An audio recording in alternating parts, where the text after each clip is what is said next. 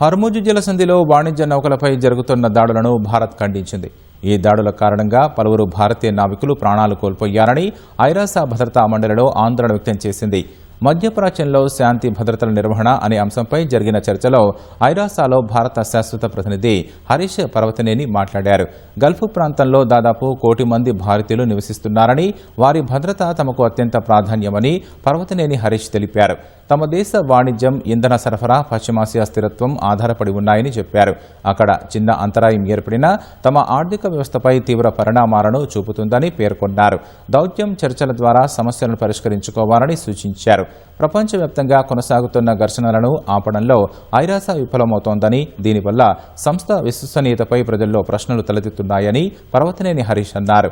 ప్రస్తుతం భౌగోళిక, రాజకీయ పరిస్థితులకు అనుగుణంగా భద్రతా మండలిలో శాశ్వతేతర సభ్య దేశాల సంఖ్యను పెంచాలని భారత తరపున ఆయన డిమాండ్ చేశారు.